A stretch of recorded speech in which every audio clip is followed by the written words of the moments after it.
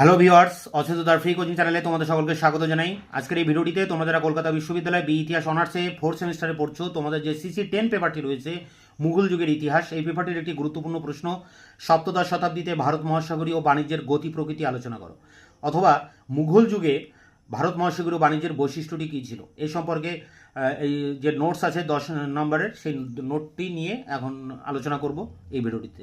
দেখো, আমি এইভাবে তোমাদের ডিরেক্ট কোনো প্রশ্ন উত্তর দিই না। প্রথমে আগে প্রশ্নটি নিয়ে বিশদে আমি আলোচনা করি, ব্যাখ্যা করি, যাতে তোমাদের বুঝতে সুবিধা হয়, যাতে তোমাদের নোটসটি মুখস্থ করতে সুবিধা হয়, আমি সেই জন্য আগে প্রথমে আলোচনা করি। কিন্তু সম্প্রতি আমার বাড়ির পাশে যজ্ঞানুষ্ঠান হচ্ছে, তার জন্য সাউন্ড পলিউশনের কারণে আমি ভিডিও শ্যুট করতে পারছি না। তাই এইভাবে ডিরেক্ট তোমাদের সামনে প্রশ্নের উত্তরটি আমি নিয়ে এসে হাজির হলাম, কারণ তোমাদের পরীক্ষা একেবারে সামনে চলে এসছে, তাই দেরি করতে পারলাম না। তাই দেখো, এখানে আগে আমরা উত্তর নিয়ে আলোচনা করি সরাসরি। দেখো, সপ্তদশ শতাব্দীতে ভারত মহাসাগরে বহির্বাণিজ্য ছিল ভারতের দীর্ঘকালের ঐতিহ্য।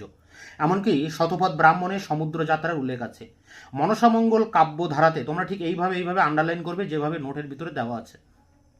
কাব্যধারাতে বাঙালি জাতির সমুদ্র যাত্রার এক গৌরবময় ভূমিকার তথ্য পাওয়া যায়। আরব ও চীনা বিবরণ ও পেরিপ্লাসের এক গৌরবময় সামুদ্রিক বাণিজ্যের পরিচয় পাওয়া যায়। তবে নানা উত্থান পতন ও নানা ঘাত প্রতিঘাতের মধ্য দিয়ে এই বাণিজ্য দ্বারা অগ্রসর হয়েছিল। তবে ষোড়শ শতকে এক নতুন বণিক ভারত মহাসাগরে এলে সামুদ্রিক বাণিজ্যের চিত্র সম্পূর্ণ পাল্টে যায়। 1498 সালে মালাবারে পর্তুগিজ অভিযান পুরনো ব্যবস্থাকে আমূল পাল্টে দেয়। ইউরোপীয় বণিকদের আগমনের ফলে মুঘল যুগে ভারতবর্ষের বৈদেশিক বাণিজ্য অভাবনীয় রূপে সম্প্রসারিত হয়। আইনি আকবরী ও বার্নিয়ের বিবরণে স্টোরিজ দ্য মোগর, জনৈক পর্তুগিজ লেখক টম পাইবেস এর লেখা সুমা ওরিয়েন্টাল থেকে সেই যুগের বৈদেশিক তথা ভারত মহাসাগরীয় বাণিজ্যের গতি প্রকৃতির পরিচয় পাওয়া যায়। এই প্যারাতে উপাদানের কথা বলা হলো, যেসব উপাদান থেকে আমরা ভারত মহাসাগরীয় বাণিজ্যের সম্পর্কে জানতে পারি। পরের প্যারা দেখো, 1511 খ্রিস্টাব্দে মালাক্কা পর্তুগিজদের হাতে চলে আসার পর তারা এখান থেকে বাংলার তৈরি বস্ত্র রপ্তানি করত। তা সত্ত্বেও এই বন্দর এশিয়া বাণিজ্যের অন্যতম গুরুত্বপূর্ণ বন্দর হিসেবে পরিচিত ছিল। অধ্যাপক অসীম দাশগুপ্ত তার ভারত মহাসাগরের বাণিজ্য ও অর্থনীতি 1500 থেকে 1800 গ্রন্থে বলেছেন, বাণিজ্য কেন্দ্র হিসেবে মালাক্কার উত্থান পঞ্চদশ শতাব্দীতে সামুদ্রিক বাণিজ্যের অন্যতম গুরুত্বপূর্ণ ঘটনা।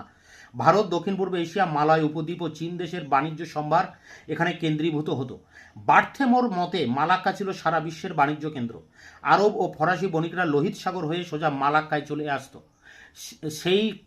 সেইরিকের দেখিয়েছেন, পর্তুগিজদের আগমনের পর তাদের বাণিজ্যিক ও ধর্মীয় তৎপরতা এবং মুসলিম বিদ্বেষ প্রতিহত করার জন্য মুসলিম বণিকদের প্রচেষ্টায় দক্ষিণ পূর্ব এশিয়ায় ইসলামের সম্প্রসারণের জন্য দায়ী এবং ইসলামের ব্যাপক প্রসার ঘটেছে এই 16 শতকে এবং সপ্তদশ শতাব্দীতে। সপ্তদশ শতাব্দী ছিল ভারত মহাসাগরের বাণিজ্য ধারার সব থেকে সম্প্রসারিত ও সংকটপূর্ণ সময়কাল। সপ্তদশ শতাব্দীতে পর্তুগিজ শক্তির পতন এবং ইংরেজ ও ডাচ শক্তি ভারতে আগমনের ফলে যে রাজনৈতিক তৎপরতা বৃদ্ধি পায়, তাতে ভারত মহাসাগরের ব্যবসা বাণিজ্য ব্যাপকভাবে প্রভাবিত হয়।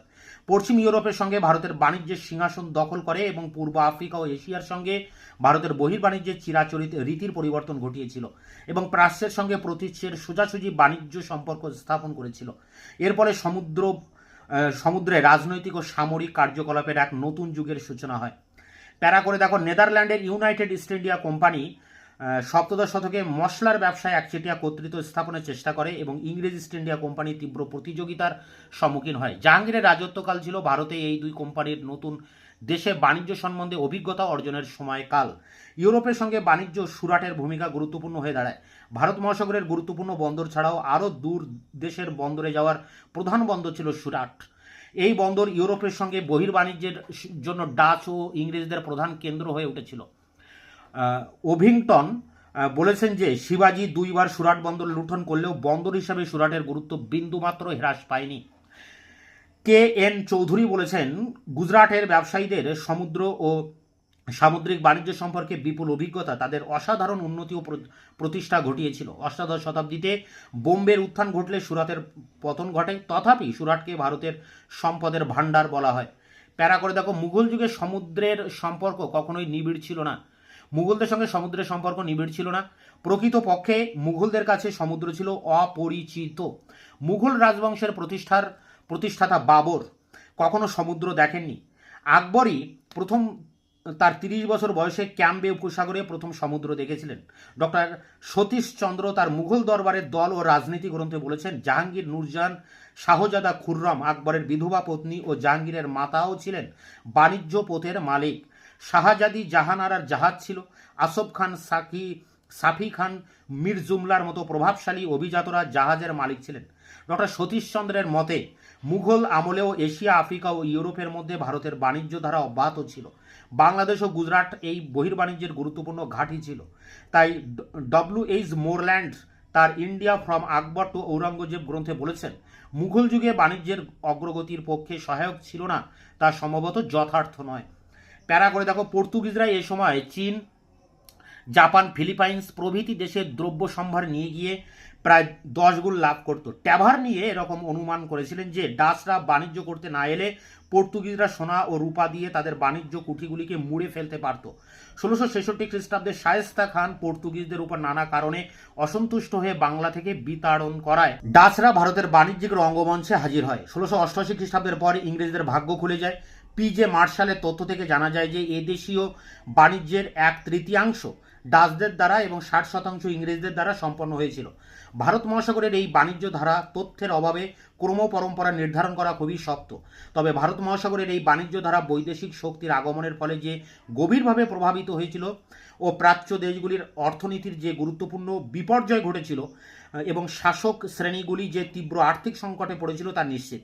এ ব্যাপারে পণ্ডিতদের মধ্যে বহু চর্চিত বিতর্ক থাকলেও এ প্রসঙ্গে একটা বিষয় আলিগড় গোষ্ঠীর গবেষক আতাহার আলী তার ঔরঙ্গজেবের সময় মুঘল অভিজাত শ্রেণী গ্রন্থে উল্লেখ করেছেন, আকবরের শাসনকাল থেকে ঔরঙ্গজেবের শাসনকালে একেবারে অন্তিম লগ্নের মধ্যবর্তী সময়ে বিশ্ব বাণিজ্যের কেন্দ্ররূপে ইউরোপের উত্থান মুঘল রাষ্ট্রের পক্ষে শুভপ্রদ হয়নি।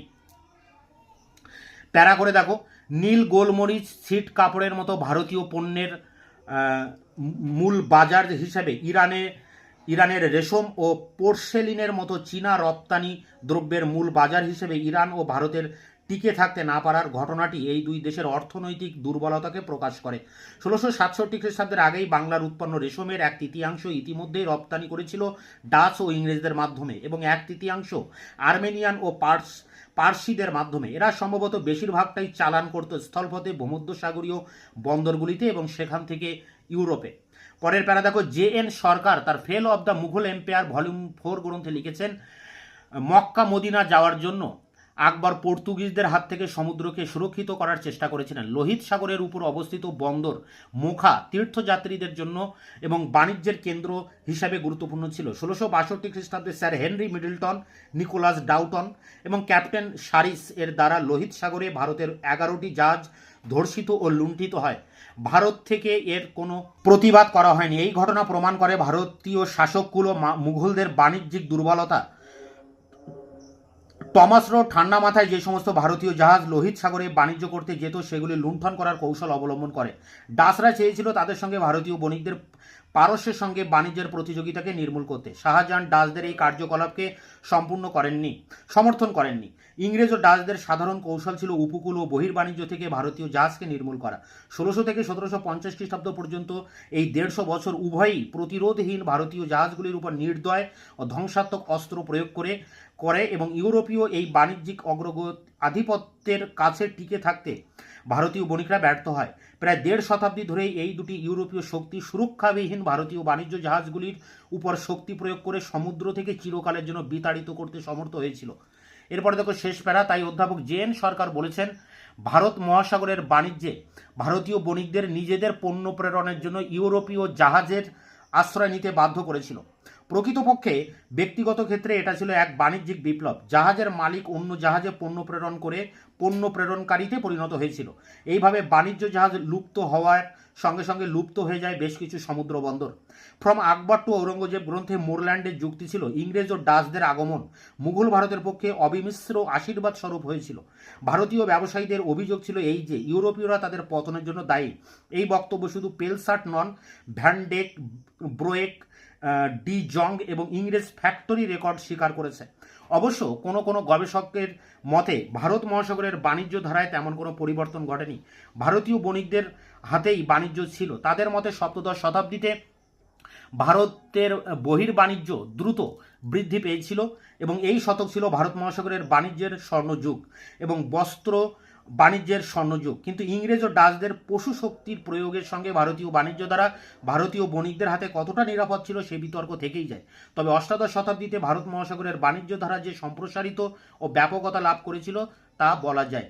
তাই এই ছিল তোমাদের ভারত মহাসাগরীয় বাণিজ্যের উপরে যে 10 নম্বরের প্রশ্ন উত্তর। একটু বড় করে এটা লেখা আছে, তোমরা একটু শর্ট করে লিখবে। মোটামুটি মূল বিষয়টা এখানে তুলে ধরা হয়েছে। এই প্রশ্নটি ভেরি ভেরি ইম্পর্টেন্ট, তোমরা এটাকে কালেক্ট করে পরীক্ষার জন্য প্রস্তুতি নাও। তোমাদের এই পেপারটি সিসি 10-এর যে লাস্ট মিনিট সাজেশন আমি সম্প্রতি ডাউনলোড দিয়েছি আমার চ্যানেলে, তোমরা সেই ভিডিওটি দেখে নিও। তার লিঙ্ক দেওয়া থাকবে ভিডিও ডেসক্রিপশন বক্সে এবং সাজেশনের বেশিরভাগ প্রশ্নের উত্তরও কিন্তু আমার দেওয়া হয়ে গেছে আমার চ্যানেলে, সেই সব ভিডিওর লিঙ্কও দেওয়া থাকবে ভিডিও ডেসক্রিপশন বক্সে। এছাড়া 2-1টি প্রশ্ন যেগুলো এখনও আমি ভিডিও ক্লাস দিতে পারিনি তা খুব দ্রুত তোমাদের সামনে আমি নিয়ে আসবো। তাই আমার চ্যানেলকে তোমরা অবশ্যই সাবস্ক্রাইব করে রাখবে, যাতে তোমাদের ক্লাস রিলেটেড ভিডিও দিলে তোমরা সঙ্গে সঙ্গে তার নোটিফিকেশনটি পেয়ে যেতে পারো। এছাড়া ভিডিওটি ভালো লাগলে অবশ্যই তোমরা একটা লাইক দেবে এবং তোমাদের বন্ধুদের কাছে ভিডিওটি শেয়ার করবে।